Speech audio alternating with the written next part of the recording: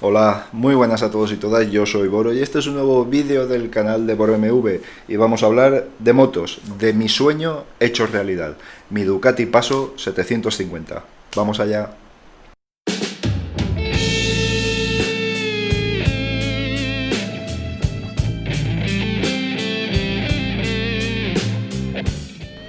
Bien, como os decía, mi sueño hecho realidad. Además se hizo realidad siendo muy jovencito, veintipoquitos años. Esta anécdota ya la conté en alguna ocasión porque esta moto tuvo una forma de comprarla bastante curiosa. Y es que, bueno, pues teníamos un dinerillo guardado para comprar el piso, para casarnos y todo esto, pero se nos ocurrió ir a un concesionario Alfa Motos en Valencia.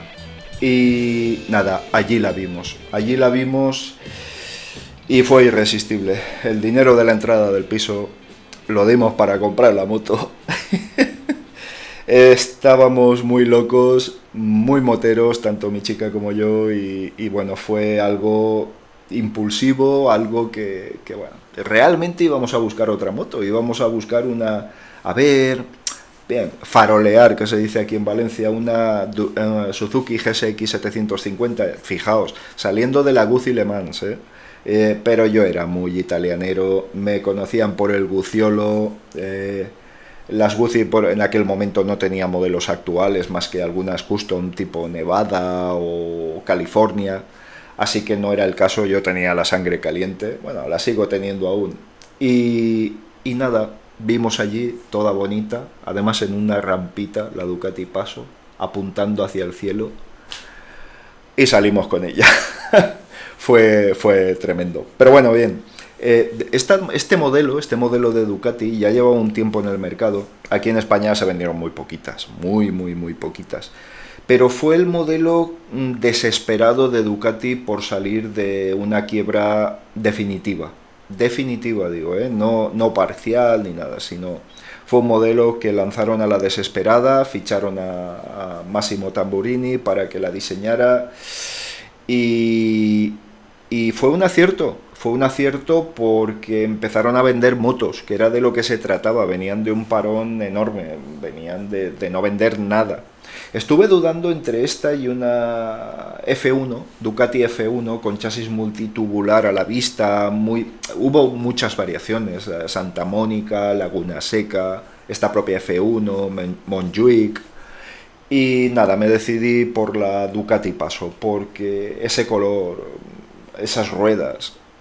Os tengo que decir que llevaba un 130-60 delantero, si no me equivoco. 130-60, 16 pulgadas. Y detrás llevaba un 160-60, 16 pulgadas. Evidentemente con el tiempo, pues esos neumáticos fue uno de los motivos en aquel momento por los que, bueno, pues ya decidí deshacerme de ella, muy a mi pesar. Bueno, nació mi chiquilla y bueno, pues las motos sabéis que niños y motos tienen difícil conciliación. Y bueno, con mucho dolor de corazón decidí venderlas y ahora fuera, tanto mi Le Mans como mi Paso, madre mía, a buenas horas estaría yo pensando en venderla. Pero bueno, en cada momento se hace, todos creo que tendremos una anécdota parecida y creo que todos en cada momento haces lo que tienes que hacer y ya está, sin más. Eh, con el tiempo, como os decía, los neumáticos se sustituían por un 120-70 17, que eran las llantas que equipaban los modelos superiores. Hubo una 900, y ya la 906 no sé si llevaba estos neumáticos en 17 pulgadas, o fue posterior con la 907 IE. El caso es que la gente acababa haciendo eso, montando un 120-70-16, un 120-70-17, que eran medidas un poquito más estándar en la época. El 120-70-16, si no recuerdo mal, se podía montar también en algunas Honda CBR 900, creo recordar. Pero bueno, ya estoy hablando de hace mucho tiempo, estoy hablando de los años 90, ¿vale? Año 90 aproximadamente. Esa moto creo que salió en el 88, si no recuerdo mal, ¿vale? La mía era modelo americano, Era americano porque tenía, bueno, unos intermitentes que del guardabarro salían un pedazo así, colgaban y todo, porque en aquellos tiempos había una normativa en Estados Unidos, sobre todo en algunos estados, en California principalmente, que era donde Ducati vendía más, en los que tenía que tener la misma anchura de la parte más ancha de la moto, que en este caso eran los retrovisores que iban integrados en el carenado, iban con sus intermitentes integrados en el carenado. Bien, ¿qué características tenía aquella moto? Pues aquella moto tenía una potencia modesta, sobre 72 caballos, no tenía mucho más, pero caballos muy Ducati, es decir, aquella moto nunca se quedó atrás en prestaciones con ninguna otra de sus contemporáneas. Y ojo que estamos hablando ya de épocas de FZ750, de GSX F750, de motos de un corte ya deportivo con motores rabiositos y tal. Recuerdo que el carburador Weber de doble cuerpo nunca fue un problema para mí, pese a que fue criticado agriamente en la prensa del sector, con lo que ya con el tiempo tenía mis dudas. La gente lo que hacía era ponerle dos Mikunis de 36, creo recordar, en vez del Weber de doble cuerpo de 36, 38 creo que era, 38 milímetros, ¿vale? Yo no lo vi necesario, de hecho la carburé una vez y porque, bueno, había que hacerle algo, pero aquella moto no me pidió carburarla jamás, era un carburador de coche, un carburador de doble cuerpo, marca Weber, absolutamente de coche.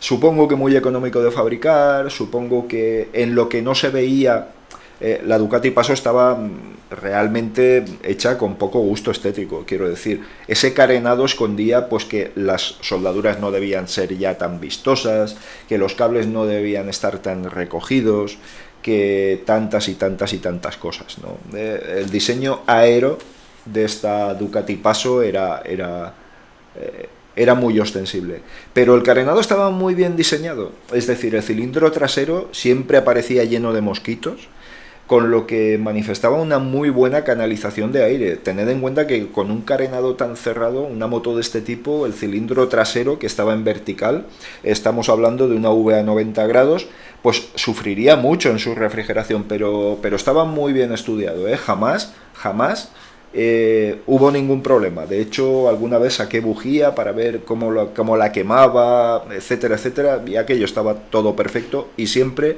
lleno de suciedad, lleno de mosquitos, con lo cual era muy buena señal. Os voy a hablar del comportamiento dinámico. Aquella moto era soberbia, quiero decir. Bueno, mirad, las suspensiones delante llevaba una horquilla convencional ahora, Marzocchi M1R. Y aquella horquilla era exactamente la misma que llevaban en el Mundial de Superbike, en el recién estrenado Mundial de Superbike. Tenía una garantía aparte de la moto. En estas motos creo recordar que se montaba un amortiguador Sebac trasero, pero la mía vino con un Öhlins. No, en el concesionario, cuando me hicieron una revisión, me dijeron: oye, ¿tú te has dado cuenta que llevas un Öhlins y no llevas creo que recordar que era Sebac? Digo, pues hombre, no, porque es difícil en esta moto. De hecho estaban pintados igual, quiero decir, no había problema. O sea, no había manera de distinguirlos, quiero decir. Y cuando me llevé la sorpresa de mi vida, las suspensiones eran duras, muy duras, de un recorrido aceptable, bueno, bien, pero tenían una progresividad tremenda y una calidad de funcionamiento enorme. Sobre todo la horquilla era probablemente lo más preciso que he probado en mi vida.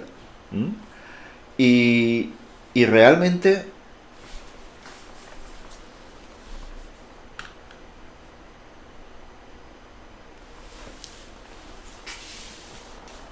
ofrecían una calidad de conducción confiada. Mirad, el límite estaba en los neumáticos. En aquellos tiempos se montaban los Michelin A59, no me atrevería a deciros modelos de Pirelli, algún Dunlop muy pegajoso, pero siempre teniendo en cuenta las limitaciones que había con las medidas de estos neumáticos. 130-70-16, 160-70-16 pulgadas. Como era tan bajita, era muy fácil tocar con la rodilla en el suelo. Vamos, es que tenía altura de minimoto. Es un decir, evidentemente. Pero era una moto muy bajita, muy con un chasis neutro. Jamás conseguí que me hiciera un extraño, jamás lo conseguí, y mira que lo intenté, y os digo que el límite estaba en el agarre de los neumáticos, que sí que, dada la calidad de todo lo que acompañaba, pues se ponía en evidencia más de una vez. Por eso siempre digo que los moteros veteranos sabemos derrapar porque hemos tenido la necesidad de hacerlo, pero no sabemos hacer caballitos porque aquellas motos no tenían potencia para hacer caballitos. Entonces, recuerdo que la luz era penosa, por ejemplo, la luz que hacía de noche era penosa, por los espejos no se veía absolutamente nada, era, bueno, pues a nivel de poder homologarla simplemente, y poco más. Por lo demás, era una moto agradable, no era una moto áspera de llevar, el cambio era una auténtica ametralladora, podías bajar marchas como un poseso, y con la trasera culeando y la moto sin descomponerse, más que estabas percibiendo claramente que el neumático se bloqueaba por la retención, pero nada más. Costaba, era difícil hacerla culear de alguna manera. Los frenos eran excelentes, además tuve la idea de montarle unas pastillas SBS, montaba de origen Brembo, unas pastillas SBS, Scandinavian Brake System, y que tenían fama en competición por ser, pues nada, muy, muy blanditas, y bueno, que se desgastaban muy rápido, pero frenaban mucho. Y se las puse. Además eran unas pastillas con unos componentes cerámicos ya en la época, o Kevlar, que frenaban más cuanto más tiempo tenías apretado el freno, muy al efecto que comentan con los frenos de carbono, pues así, cuando estaban más calientes y más rabiosos, era cuando mejor frenaba. Con esta moto hice incursiones en circuitos, sobre todo Calafat. Calafat en aquella época, por cierto, era un circuito que me entusiasmaba, Tuve la oportunidad de entrar en Albacete, tuve la oportunidad de rodar en varias ocasiones en Calafat, y os he de decir que, vamos, el disfrute era máximo, siempre y cuando supieras que los neumáticos que llevabas no eran slicks ni eran neumáticos de competición. Los neumáticos de calle en aquella época estaban bastante limitados, bastante limitados. Recuerdo que ahí fue una típica época en la que las motos estaban muy por encima de los neumáticos. Creo que hoy por hoy es incluso al revés, ¿vale? Hoy por hoy, con un neumático moderno, es muy difícil que una moto sea mala. Muy difícil. Así que, bueno, no era una circunstancia que teníamos en aquel momento y había que vivir con ello. Tuve un arrastrón solo uno, en una carretera de una población que se llama Villar del Arzobispo, aquí en Valencia, en la que, bueno, me caí por ir despacio. En aquel momento iban todos muy encendidos, de hecho empecé a ir encendido, pero era de esos días que no estaba yo muy a gusto, que la mujer que iba detrás tampoco tenía así muchas ganas, y bueno, pues oye, vamos a seguirlos. Siguiéndolos no tuve mayor problema, pero sí que es cierto que iba más despacio, tomando más precauciones en las curvas. Y si me hubiera cerrado en aquella maldita curva, que la recuerdo como el primer día, seguramente no me hubiera caído, pero al entrar más abierto, con una trayectoria más abierta, había gravilla, y bueno, la pisé y me fui al suelo, pero vamos, inmediatamente, o sea, fue pisarla y ¡pam!, al suelo. El arrastrón fue doloroso en cuanto a la estética de la moto, porque, bueno, se arañó toda. Además, se arañó por un lado, dio la vuelta, se arañó por arriba y dio la vuelta y se arañó por el otro lado. No quedó una pieza del carenado por que se arañara, se deteriorara. Recuerdo que lo llevé a un taller que se llamaba Euromoto, en la localidad de Torrente, muy cerca de Valencia, donde Rosendo me la reparó. Pero claro, casi estuve a punto de darle un beso de agradecimiento, porque es que la dejó exactamente igual que nueva. Exactamente igual. Me la pintó toda, me puso los adhesivos de la casa, todo perfecto a un precio muy correcto, porque claro, era lo suyo, es decir, la moto era muy nueva y había que repararla sin mirar el dinero. Y la verdad es que lo bordó además con un lacado mejor que el original, con lo cual la moto era más reluciente, más bonita, era maravillosa. ¿Y qué más os podría decir de la moto? La disfruté muchísimo. Fue una moto que levantó expectación allá donde se iba, era el centro de atención porque era muy espectacular, el rojo ese se veía desde Marte, vamos, era increíble.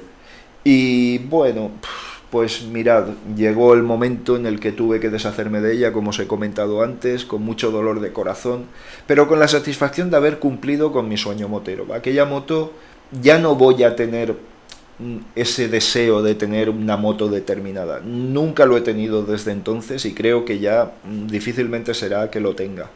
Era muy inalcanzable, era una moto que costaba como una bimota de la época y que, bueno, se vendieron, como os he dicho, se vendieron muy poquitas y llegó un momento al final de su vida comercial en el que el precio era muy atractivo. De hecho, valía solo un poco más que esa Suzuki GSX 750F que os comenté. Y nada, fue el flechazo, la vimos, como os he dicho, dimos el dinero de la entrada del piso y nada, al cabo de 3 4 días salimos con ella. Se dieron mucha prisa en matricularla, quizá no querían que me arrepintiera. Pero bueno, el caso es que la disfruté, no me dio absolutamente ningún problema en ningún momento. En ningún momento, todas las revisiones que le hice fueron en sus kilometrajes, como he solido hacer toda la vida, 10.000 kilómetros con cambio de filtro, no hacer 5.000 filtro, 5.000 filtro no. Yo siempre en todas las motos entre 8, dependiendo del uso que le haya dado, entre 7.500 y 10.000 kilómetros y siempre cambiando el filtro de aceite.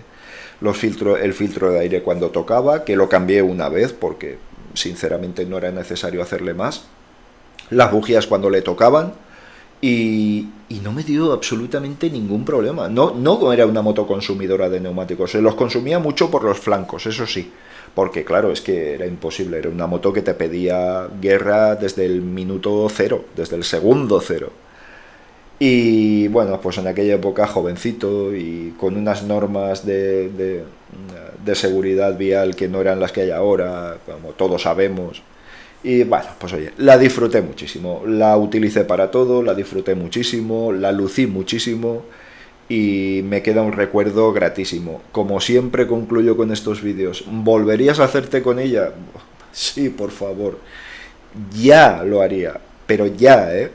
Así que me da igual la configuración de ruedas que llevara, me da igual, me da igual. Claro que me iría con ella. Con esa y con la Le Mans, probablemente. Sí, son dos motos con las que haría lo posible para volver a hacerme con una de ellas. Es difícil, Ducatis Pasos hay muy poquitas y Guzzi's Le Mans son muy caras porque han adquirido un valor como clásicas muy importante, se utilizan mucho en las competiciones de motos clásicas y son motos muy valoradas y no sé, muy buscadas en el mercado. Así que nada, ahí lo dejo. Ya os presentaré la siguiente, que no tiene absolutamente nada que ver con esta Ducati, pero nada de nada, y que guardo un recuerdo gratísimo también. Venga, ya os lo contaré.